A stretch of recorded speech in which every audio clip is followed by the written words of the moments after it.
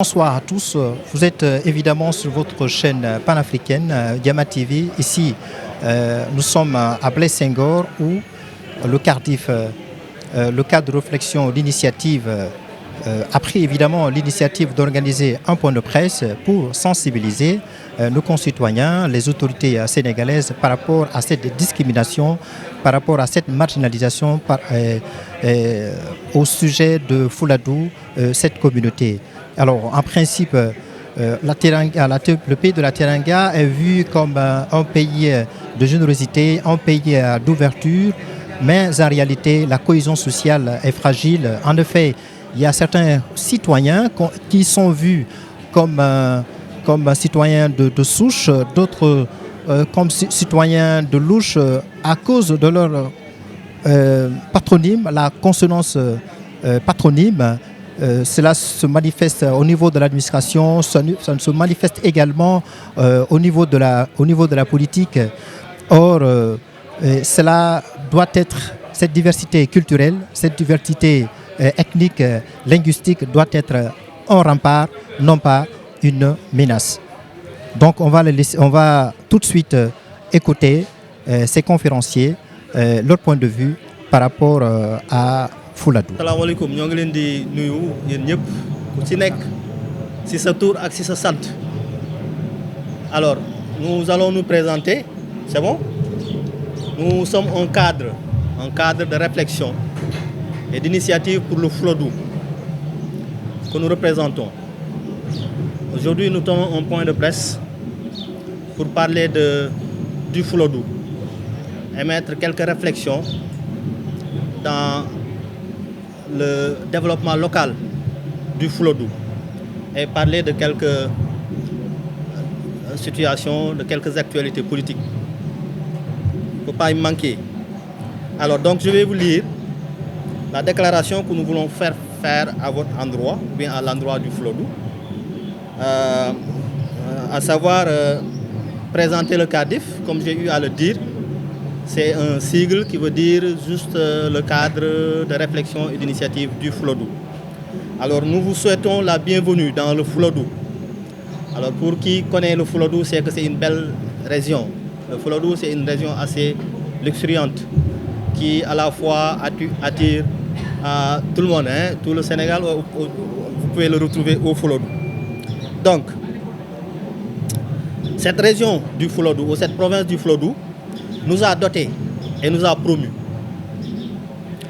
Cette région nous a promus en termes de valeur, nous a dotés en termes de valeur et nous a promus par nos compétences dans le domaine national comme dans le domaine international. Et quand on parle du domaine national, on peut citer des sommités du Sénégal qui se réclament Fouladunga. Je veux nommer le professeur Seydi, Moussa Seydi, qui s'est illustré mais de façon remarquable au Sénégal. Je veux nommer le général Souleymane Kandé, qui a travaillé pour le Sénégal et qui a fait un travail que tout le monde a salué. Lui aussi se réclame du Fouladou. Alors, sur le plan international, nous allons peut-être saluer le lauréat Idrissa Sow, qui vient de recevoir le premier prix en littérature au Bénin, qui aussi se réclame du Fouladou. On ne peut pas parler du Fouladou sans parler de nos autorités, que ce soit du côté religieux comme de d'autres côtés. Alors pour ce côté religieux-là, nous allons situer les khalifs, nous allons saluer de façon assez déférente nos khalifs dans tout le Fouladou, en particulier dans Médina. En Médina, nous avons des khalifs que nous saluons sincèrement et nous nous inclinons sur la mémoire du défunt khalif Thierno Seydou Ahmadou Seydou Baldé. Que sa mémoire soit sanctifiée, que son esprit de paix règne dans ce Fouladou, dans le Sénégal et à travers le monde. Alors, le Cardiff, à travers ma voix de porte-parole du jour, vous adresse ses plus sincères félicitations pour tout ce que vous avez accompli pour le Sénégal. Je veux parler de ces gens-là que je viens de citer, mais ainsi que nous tous. Votre engagement, votre solidarité et votre dévouement sont des exemples inspirants qui contribuent chaque jour à faire de tout Fulodunga un travailleur acharné pour la République. Les défis auxquels vous avez su faire face témoignent d'une résilience et d'un état d'esprit combatif rare, mais prometteur d'un avenir meilleur pour le Sénégal. Maintenant, à côté de ces brillantes choses que peuvent faire les gens à travers des exemples bien précis, nous voyons aussi de temps en temps que des gens peuvent passer au-delà de ces foyers-là, de résilience et de don de soi. Car certaines personnes, souvent imbues de leur propre personne ou intelligence, abordent à contre-courant cet état d'amour et de fraternité dans le Fuladu. Le Fulodunga est connu pour sa gentillesse et sa sincérité qu'il témoigne à tout étranger, intra comme extramuros, venu participer au développement du Fuladu. Ayant constaté, et ça, ce constat n'est pas que local, il est même d'ordre national, ayant constaté des dérives liées le plus souvent à des orientations religieuses et politiques, dont l'unique dessein est de saper la cohésion sociale entre communautés au Fuladu, le CARDIF juge important de faire entendre les préoccupations des concitoyens, soucieux d'un vivre ensemble dans les attentes et les valeurs communautaires du Fuladu. Nous souhaitons ainsi exprimer notre réprobation face à ces dérives, non pas dans un esprit de confrontation, mais dans celui d'un dialogue ouvert et constructif. Il est d'une importance capitale à l'appréciation du CARDIF que les politiques publiques soient élaborées en concertation avec les Fulodunga pour qu'elles soient réellement porteuses d'un avenir durable et juste. Et là aussi, c'est un constat qui nous le fait dire. Le Fuladu élit des gens qui, après élection, vont se refuser à Dakar. Et donc, si on lance ce cri de cœur, c'est en connaissance de cause et sans esprit de rébellion. Alors, le CARDIF encourage les hommes politiques promis par le Fuladu à manifester une considération à la hauteur de l'honneur ou la charge portée en leur personne par l'ensemble de la communauté en se départissant de ce faux manteau. Car là aussi c'est un constat. Le Fuladu aime son prochain, le Fulodunga aime son prochain. Dans toutes les provinces du Sénégal, il n'y a qu'au Fuladu où vous voyez que des étrangers dans les sphères d'élection ou de nomination. Parce que le Fulodunga ne fait pas de parti pris entre son frère de sang et son frère tout court. Donc, nous voudrons que ces gens-là qui sont promus au Fuladu, qui se départissent, on a dit, qui se départissent de ce faux manteau-là, qui leur fait croire qu'ils sont venus au Fuladu pour faire du business. Quand on est promu par une communauté, il faudrait chercher à défendre les intérêts de cette communauté-là. Nous rappelons aux élus du Fuladu que leur mission, s'il en est une, doit être celle-là de la défense de l'intérêt du Fuladu et de sa population. Enfin, plutôt que de condamner sans appel, nous invitons à une réflexion commune, à une révision des priorités et surtout à une écoute attentive des besoins exprimés par les différentes composantes de la société sénégalaise en général et de la communauté Fouladunga en particulier. La conciliation est possible. Il est encore temps de bâtir ensemble un projet qui réponde aux défis de notre époque tout en respectant les aspirations de chacun d'entre nous. Nous vous saluons de votre attention et nous vous remercions. maa ngi leen di jaajëfal bu baax a baax man maa ngi tudd Cheikh Tidiane Kandé di doomu Fouladou ñu bokk ci ñi nga xam ne ñun ñoo initié cadre bi muy cadre de concertation et de réflexion et d'initiative pour le Fouladou pour di Fouladou mooy ndaje moo xam ne dañu koy jëmale ci xalaatal Fouladou ak doomi Fouladou ak surtout ki nga xam ne moom la ñuy woowee Fouladunga parce que nag ñun Casamance dañoo am particularité bu ñu am mooy dañu am ay xeet yu bëri yu bokk ci benn région wala ci ñaar wala ba ñetti région parce que Casamance globalement ñetti région la muy Ziguinchor muy Sédhiou ak Kolda parce que bëri na ñu nekk ci dëkk taax yi mag yi boo leen waxee Casamance xamuñu ne Kolda ca la bokk pour ñoom Casamance mooy Ziguinchor kese te Casamance yemul ci Ziguinchor dong Sédhiou ci la bokk mooy lo Pakaaw muy Balantacounda ak Fouladou nag yàlla def na ne mooy région bu gën a yaatu ci biir Casamance parce que Fouladou dem na ba Gambie Fouladou dem na ba Guinée Bissau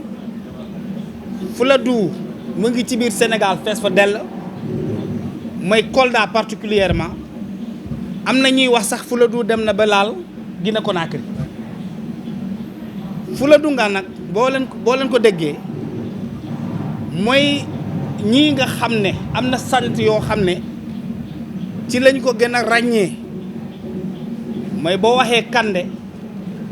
nga wax Balde nga wax Jaamanka nga wax Mbaalo nga wax Boiro nga wax Gaano nga wax Seydi nga wax Jaawo nga wax Saabali maanaam mënuma lim parce que dañoo bari ñooñu mooy Fouladunga yi ñi nga xam ne ñoom ñoo ngi dëkk ci biir Fouladou waaye nag mu am lu ñuy seetlu ci jamono yii yàgg na sax d'ailleurs mooy Sénégal dafa am nit ñoo xam ne jàpp nañ ne kuy pël rek Guinée Conakry nga dëkk jàpp nañu kuy pël rek Guinée Conakry nga dëkk mu doon mbir moo xam ne commencé na nag jëm foo xam ne bu ñu ci teelu la jug mën na andi confusion ci sénégalais yi ba mën nañu jural leneen loo xam ne bëgguñu ko ci réew mi da ngay sant Balde sant Kandé sant Jaawo nga ànd ak ku sant Seck wala ku sant Njaay ngeen àndandoo dem tribunal wuti peut-être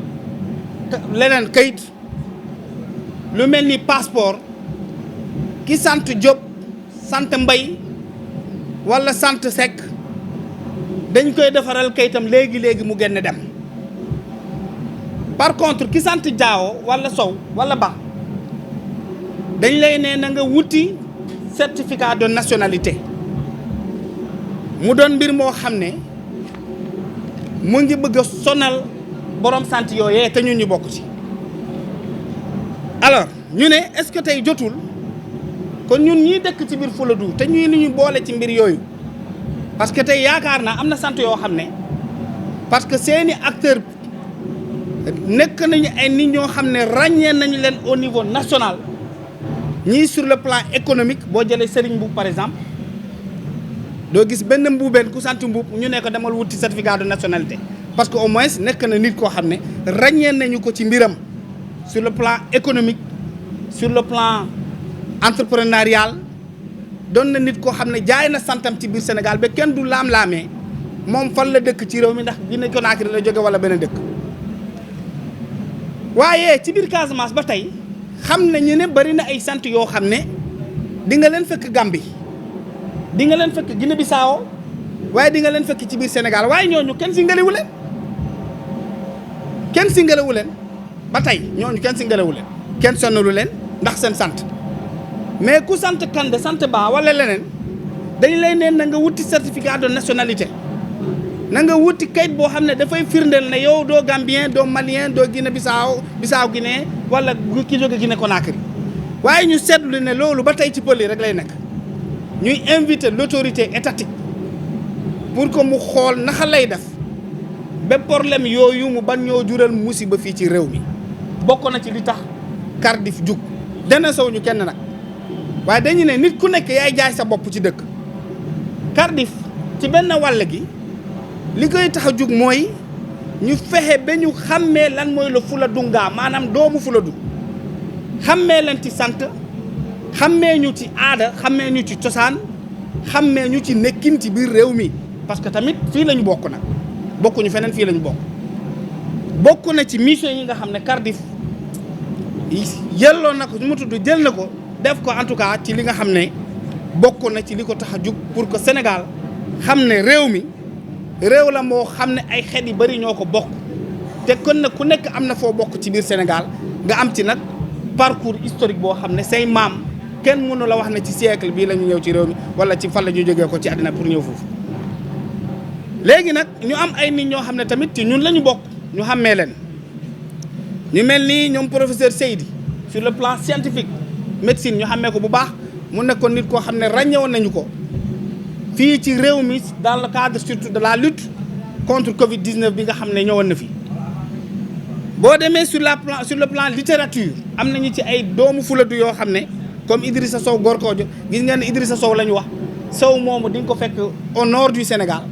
Sow moomu di nga ko fekk ci biir Casamance waaye Sow moomu tamit boo demee Guinée Bissau di nga ko fa fekk kon lan la ñu même Mauritanie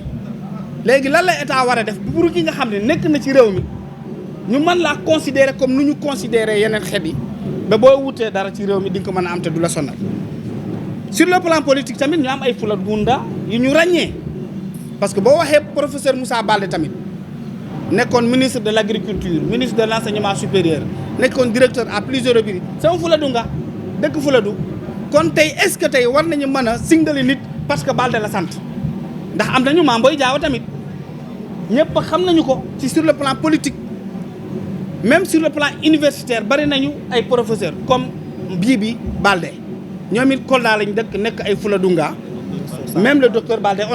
ils sont partout donc Cardiff tey bu jugee mooy fexe ba ñu xàmmee doomu Fuladu ci réew mi ñu fexe ba valoriser le Fuladunga ci biir Sénégal moom it ñu xam ne fii la dëkk nag te léppam fii la am nañu nag identité Cardiff dina fexe ba doomu Fuladu ku dajeeg moom ci xew yi ku dajeeg moom ci mbedd mi ku dajeeg moom ci activité politique yi wala culturelle nga xam ne kii kat doomu Sénégal la waaye Fuladu la dëkk bokk na ci li tax a dugg Cardiff léegi ci beneen wàll gi ñu ma tëjee foofu Cardiff bëgg na ay activités yi muy amal ñuy dooleel doomu Fuladu surtout Fuladunga bi dooleel ko bu dee dafay def politique dooleel ko bu dee dafa namm investir sur le plan entrepreneurial dooleel ko bu dee dafa namm moom spécialisé wu sur le plan culturel def une sorte de lobbying qui met devant le Fuladunga maanaam taxawu doomu Fuladu ba mu doon nit koo xam ne ci lépp loo xam ne da ciy dugg dina ci nekk nit ku xarañ dina ci doon nit ku ñu respecté dina ci doon nit koo xam ne dinañ ko xàmmee comme doomu Casamance rawatina nag doomu Fuladu ñu leen di jaajëfal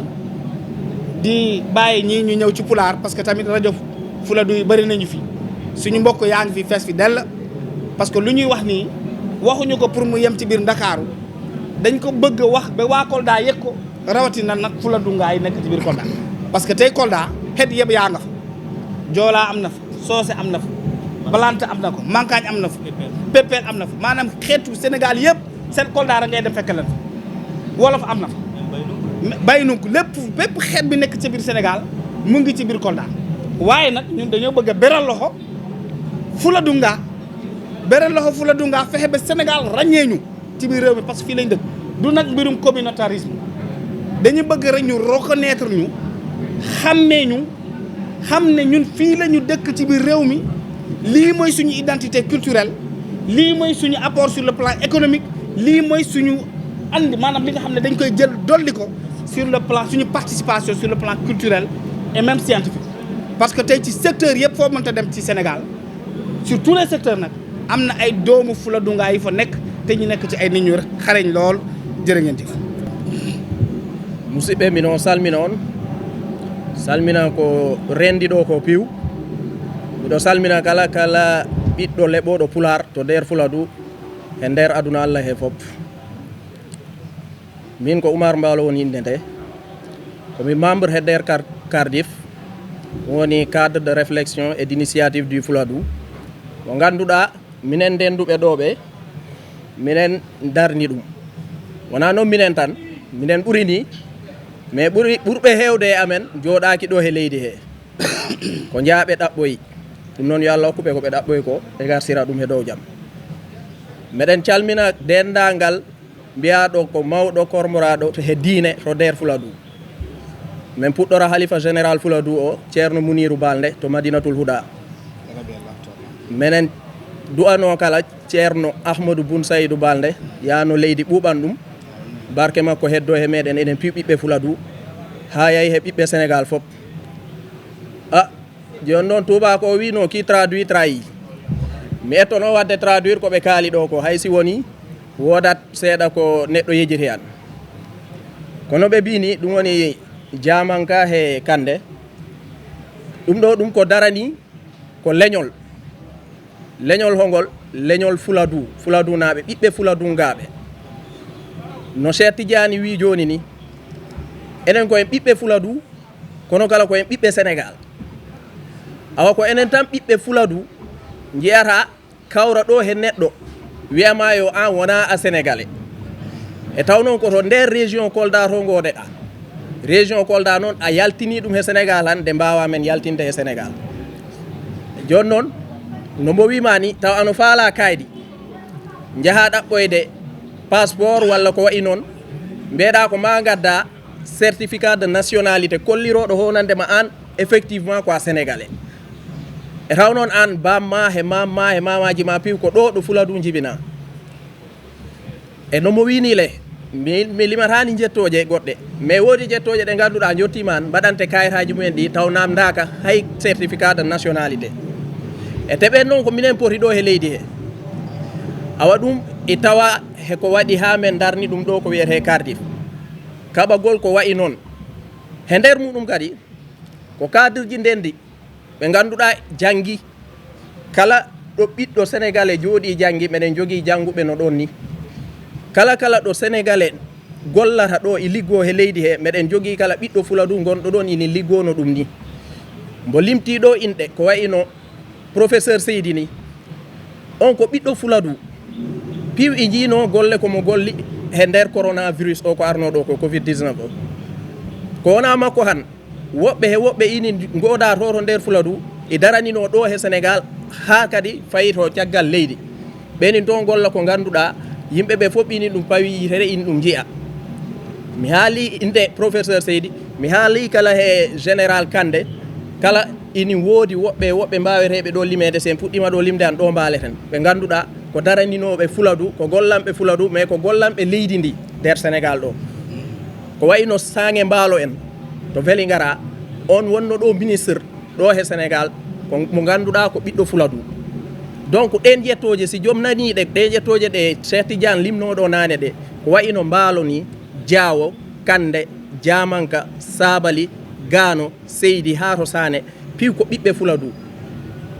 ɗum noon jomɓen taw ini gandiri no ganda honandema minen ɓe kawriɓe ɗo ɓe ko kaɓanagol Fuladu ko ɗum addi men ɗum waɗi men darni ko wayi ni ko wona ɗum ko men ɓooyi yiide to Fuladu menen toon cuɓane lamɓe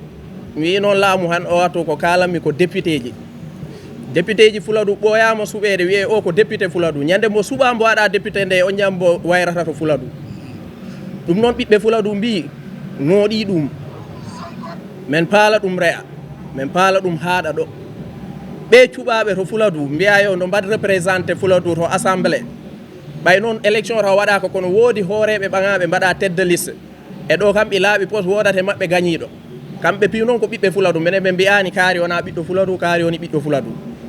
kayen pi ɓay mbi'i ko Fuladu jahantani ey no ɓe jooɗo nder Fuladu ɓe ganda ko won toon hoɗum ɓe Fuladu ɓe mbuuri toon to nder Fuladu ɓe naɓana men ɗum to assemblée ko ɗum men kalni ɗum men toriɓe si woni noon ɗum heɓoyaki han awa ɓe ganda noon minen he maɓɓe min beldata saabu men nelani ɓe no ɓe jaato assemblée pour ɓe giwa Fuladu ɓe gara ɓe jooɗo Dakar taw ɓe ganda ko on to Fuladu wona ɗum men cuɓorta ɓe nin no ɓe mbat feere ɓe ganda ko ɓiɓɓe Fuladu suɓiɓe pour ɓe daranoyo Fuladu to assemblée kala noon mbo Allah totti he maɓɓe minen ɗum jiɗani saabu ko minen cuuɓi no mbaɗe to tête de liste to kala noon liste mbawɗo wonde saabu minen ɗo Cardiff o min ngala coloration politique le Cardiff est apolitique je le rappelle ɗum mi siwtintina ɗum yimɓe ɓe min ngala coloration politique ala ɗo kala mo ganduɗa ko ɓiɗɗo Fuladu i suɓa no yaato assemblée no andu yahaniɓe Fuladu ɓe fop minen tori ɗum noon no wat feere ha taw anda ko naɓi ɗum toon ko saabu hande Fuladu ini tawa he région ji ɓiyeteɗi idi finde wati ndi dufaɗe ko addi ɗum ko noon kono ɗum ni wonno heɓaki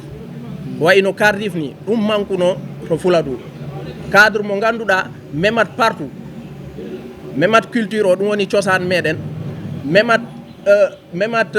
sur le plan scientifique comme no mo wiiri ni memat parti ji ɗi fop men gala limite to nder Fuladu kala komin jii ko ganduɗa minen poti hen darade men darso si Allah jaaɓi han kala ko ɓiɗɗo Fuladu yonantono horo heptude hande Cardiff ɗi faala immade walla ɓiɗɗo Fuladu ha wawa ɗum heptude ha ko ɗum wonno ko men paalano on yettinande ko men gandina on Cardiff inin on sakkani juuɗe kala bawɗo noon arde tawtorede alamo men calino ar kono noon garoɗo yo anda ko ɗum ɗo ɗum woni ko Cardiff immani ko mi ɗala oɗo mbaalo ara kontina koye woodi ko leɓɓa han ara ko ɓeydita ɗo seeɗa assalamu aleykum Fuladu assalamu aleykum mondo entier mi salmini kala ɓiɗɗo Fuladu ɗo woni mi salmina association amen mbireɗo Cardiff o min calmina Fuladu piiwo ɗo yewrede nde woɗɗima par ce que Fuladu tampi Fuladu ɗi lori Fuladu ɗi woppa Fuladu yejiraka ko woppa par ce que si a tawi hande he men bokki e nder Fuladu so élection yoni ɓe ciwroramen men boranaɓe mais si men colli kayri han men kepta ɗum ɓiɓɓe Fuladu partout noon he aduna he kala ɗo men jotti wiire yo ɗaɓɓe nationalité te pourquoi non te élection noon yoni han ɓe men colli yiide te carte amen ɗe ko kayraji ɗi deuxièmement hande ko tampini Fuladu ko autorité ji Fuladu ɗi général noon ala Samba ala Demba par ce que hono ɓe tampiniri men ɓe laamoro men wattu élection ɗo ɓe jippi Fuladu ɓen gandi ko Fuladu ɓe goda ɓen gandi ko Fuladu ɓe gagnoro mais ñande kala ɓe laami ɓe jejiri Fuladu ɗi tawa he ko tampini ɓiɓɓe Fuladu wona wolde en ngala responsable ji kono mbimi Saykou yo e Saykou Mbaalo wi en ngala responsable ji ko fo responsable ji jogui ɗen par ce que ko responsabilité ko e maɓɓe ɓe gonani so tawede ɓe gonanno Fuladu nam ɓiɓɓe Fuladu tamparano kayde nder Sénégal par ce que ha hande région Kolda minen men ngala ɗo ganduɗa ɗo keɓata carte grise a carte grise ɓuuri famɗude a solli ɗumen ko ma gara Dakar pourquoi ça bureau de passeport ala e région Kolda si men colli ɗuma ko il faut men jotto Dakar walla men jotto Ziguinchor pourquoi ça minen men mbawata ɗum heɓde awa ɓiɓɓe Fuladu ɓe tampi autorité ji Fuladu ɗi poti yeccirade Fuladu ala ko mankori men to Fuladu si wona autorité ji amen ɗi ciwrorani men te enen ɓiɓɓe Fuladu ɓe mi lansana e message yontiɗo gimmoɗen daroɗen daranoɗen ko e meɗen wona goɗɗo tarantoɗen ko enen goodi Fuladu so en boppi Fuladu an goɗɗo arat ɓaŋa Fuladu enen pori immade par ce que oɗo programme baɗɗo ɗo o mi meeɗamo yiide e nder Fuladu autorité ji ko woni Fuladu ko ala meɗɗo ɗum wadde donc hande si ganduɗa yimɓe ɓagaran mbaɗano ɗum ɗo ni han ɓooyi han Fuladu yiyere nin ɓooyi han Fuladu andere nin te Fuladu fuɗɗi jogade site ji internet ji donc pour hoɗumen daranade Fuladu pour hollirde Fuladu donc si ɓiɓɓe Fuladu ɓaŋi on responsabilité hande en joguima wonɓero télé ji en joguima wonɓero radio ji en joguima wonɓero école aji en joguima wonɓero hôpital ji en joguima wonɓe gendarmerie walla police hande foti yonti ɗo Fuladu immo daro anda ko Fuladu nga yaha darano hoore muɗum ɓanta leydi muɗum ndi par ce que si hande en daari mi oka on exemple Amadou Ba ko mo woni Amadou Ba ko pimo meeɗa gagnade mairie Parcelles mais pourquoi leƴƴi janani gara e ɓaŋa mairie ji meɗen ɗi pourquoi ça ko enen jangguɓe ɓe boppi ko e meɗen enen ɓiɓɓe Fuladungaɓe ɓe boppi ko e meɗen ko ɓuuri fuyde ko en gokkirta ɗum Jargaya ɓuuri fuyde hombo hande immororo lagine ara ɗo Fuladu wiyama yo Jargaya paalamde jaɓen mais e mbawaɓe okkude laamu meɗen ɗum awa yontiɗo ɓiɓɓe Fuladu ɓe gimmo darano ko e mumen boppa jejjigol ko e mumen ngol sabuna en tewrima ɗi clim ji ɗo han en baddere riwinangani asti tawrani awa ɓiɓɓe Fuladu ɓe no gimmo daro partout noon ɗo ɓe goni yo kala ɗo ɓe goni he aduna he en calminiɓe no ɓe gimmoɓe ɓe darano ko e maɓɓe ɓe darano Fuladu neɗɗo wona no hulɗo ma yara wiya yo fayande gacce cagginama kala dimo no waldu awa ɓiɓɓe Fuladu ɓe jontiɗo gimmo daro mi weltanima Cardiff par ce que ɓe mbaɗi golle maɓɓe wonɓe ɗo ɓe e diaspora o fof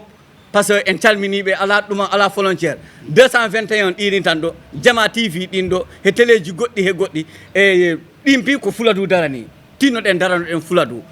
maɓɓe kala ɓe porani en amande no ɓe garɓe balla en doole ɗe mi wiɓe yo ko ɗi caméra ji doole ɗe ko internet o hande noon yontiɗo daroɗen Cardiff noon noddi Fuladu fof ala mo men gacci Fuladu fof men colli kala baɗɗo ɗuman daraniɗo Fuladu jiɗɗo Fuladu jiɗɗo hodde Fuladu no immo ara e Cardiff ara men liggoda e muɗumen wona ɗumantin affaire o ko hakkil tan Fuladu to dow Saïfou Mbalo qui sont de la diaspora comme l'a dit Cheikh Omar Mbalo. Nous voulons citer quelques noms. Lokolomal Mbalo qui est un artiste émérite qui est en Europe. Nous citons Moussa Mbalo, nous citons Baldé c'est Samba Baldé. Il y a deux Moussa Mbalo, hein? Il y a deux Moussa Mbalo. Voilà. Donc nous saluons, nous remercions tous ces gens-là qui ont su penser à Cardiff et à mener ces combats-là que le Cardiff est en train de mener actuellement. Ce n'est pas individuel, c'est un collectif qui est derrière le Cardiff et nous saluons, nous remercions tout le monde et nous vous saluons et nous vous remercions encore une fois de votre attention, de votre attention encore une fois. Donc nous vous remercions. waaw ma am li ma ci dolli rek fàtte naa dama ko fàtte woon a wax ci wolof lii ñu taxawal yoonu politique nekku ci Sénégal nag da ngay def mbir gaa yi gis ci politique parce que am na kanam yoo xam ne dañ leen xamee ci politique fii parti yëpp a fi nekk bokkuñu benn parti ñu fi toog ñëpp kenn ku nekk am nga fooy militer ci politique loolu dafay wane ne ñun on est au-delà de l'action politique ñoo ngi ci lu kawe mbirum politique parce que li ñu boole moo mag moo sut moo raw mbirum politique yoonu politique nekku ci benn parti la ñu am tey ci ñun ñi fi toog mooy Fuladu kese Fuladu dong kenn mooy tax ñuy xeex mooy Fuladu ngaa ñi dëkk Fuladu nag xam nañu lan mooy Fuladu ngaa ñi xam Fuladu xam nañu liy Fuladu ngaa ñun ñuy toog fii xam nañu lan mooy Fuladu ngaa kon parti bu ñu am mooy le parti du Fuladu loolu moo ñu tax a lu ñuy bañ amalgame nit ñi nag dañuy gis ku toog ci télé di wax wala nga yor sa micro di wax ñu yaakaar ne politique moo nekk sa ginnaaw wala ñu naan di wa ko yebal wala daa am ñu nekk seen ginnaaw ñun politicien mënuñoo yebal parce que gënuñu ñu amul benn politicien bu ñu yebal nag kenn mënuñoo yebal on ne se justifie pas mais dañoo bëgg mu leer nañ li ñu tax a jug mooy Fuladu ak Fuladu nga n'est-ce pas professeur Fuladu dong moo ñu tax a jug suñu combat bi suñuy mbokk moo tax ñu koy mëne c'est une question de survie même identitaire parce que tey gis nañu ay nit ñu jug di woowee seen bopp ay nationaliste bëgg a dugal ci bopp nit ñi loo xam ne baaxul ci réew mi ku ko bàyyi muy wëy ci musiba te ñoo ngi ba suñu biir dëkk yi ñoo ngi Fuladu ay nit ñoo xam ne dañuy nekk ci biir Kolda di stigmatiser yeneen xeet te ñun loolu la ñuy bañ Cardiff loolu lay xeex dañuy bëgg kenn ku nekk fi nga mënta bokk ngay joolaa ngay wolof ngay leneen nañ la bax ci li nga ne amul diw bokk fi réew mi ñu ñëpp a ko moom Amérique mu ngi nii nit ku ñuul moo fa nekk président de la république mooy Barack Obama nekkoon na fa président de la république boo demee Angleterre seen premier ministre bi amoon na indien kon yooyu nga xam ne ñooy koy bëgg a andi ci réew mi baaxul ci ñun baaxul ci Sénégal baaxul ci réew mi loolu moo ñu tax a jug mooy fexe ba Fouladouga bi nga xam ne ci Sénégal la bokk moo xam ne fii la bokk amul benn dëkk bu dul Sénégal xam ne ci biir Sénégal am na fu mu bokk dëkkul feneen fu dul Fouladou te ci biir Fouladou amul benn mbokk ku dul Fouladouga point final loolu moo ñu tax a jug ma bëggoon leeral loolu parce que am na ay bopp yoo xam ne lu nit mënta wax dinañ fexe ba yàq ko tuur ci lëndëm jaxase xelu nit ñi loolu moo taxoon may préciser lii te jàpp naa ne lu am solo la wala boog professeur jërë ngeen jëf ñu leen di jaajëfal bu baax a baax. On vient d'écouter tout de suite les conférenciers, les uns après les autres, tous s'accordent à dire que la communauté Fouladou est vraiment marginalisée au Sénégal, la communauté Fouladou qui se trouve à Ziguinchor. Alors certains leur collent une étiquette en disant que c'est des Fouladou, c'est des Peuls qui viennent de la Guinée-Conakry, c'est des Peuls qui viennent de la Guinée-Bissau, c'est des Peuls qui viennent de nulle part. Or, ce sont des enfants, c'est des fils, des filles du pays, le pays de la Teranga, le Sénégal. Alors, cela se manifeste également et chaque fois que les Fouladouka partent au niveau du tribunal, au niveau de la justice pour avoir un document, en l'occurrence un certificat de nationalité, un passeport, une carte d'identité, voilà, on leur refuse de leur livrer ces documents très importants à cause de leur patronyme. Alors, quand vous y allez et vous dites que vous êtes sot, vous êtes bas, donc décidément on refuse de vous donner ces documents dont je viens de parler. Mais par contre, quand c'est bas et quand c'est sot, voilà, il y a une marginalisation, il y a un mépris à votre égard. Donc, ces conférenciers que vous venez d'écouter là, ils montent au créneau pour dénoncer cette injustice, cette marginalisation, le fait que la communauté Fouladou, la communauté, les citoyens de Fouladouka sont marginalisés. Donc ils interpellent pour cette raison la communauté, l'autorité sénégalaise et tous les citoyens qui ont un tel regard par rapport à cette communauté-là. Donc il y a même au sein de la communauté Fouladouka certains qui utilisent cette communauté-là pour l'histoire de la politique. Alors il vient de faire comprendre que Fouladouka, ce n'est pas un parti politique, c'est au-delà. C'est une communauté qui est en train de se battre pour faire comprendre aux gens que Fouladouka, c'est une communauté sénégalaise. Donc ils vivent au Sénégal. Donc il ne faut pas qu'on les voit comme les Guinéens, comme Guinée-Bissau, mais plutôt comme des Sénégalais parce qu'ils sont nés au Sénégal. Donc il faut que ce mépris, cette marginalisation à l'égard de Fouladouka cesse. Alors merci de nous avoir suivis sur votre chaîne et le programme se poursuit.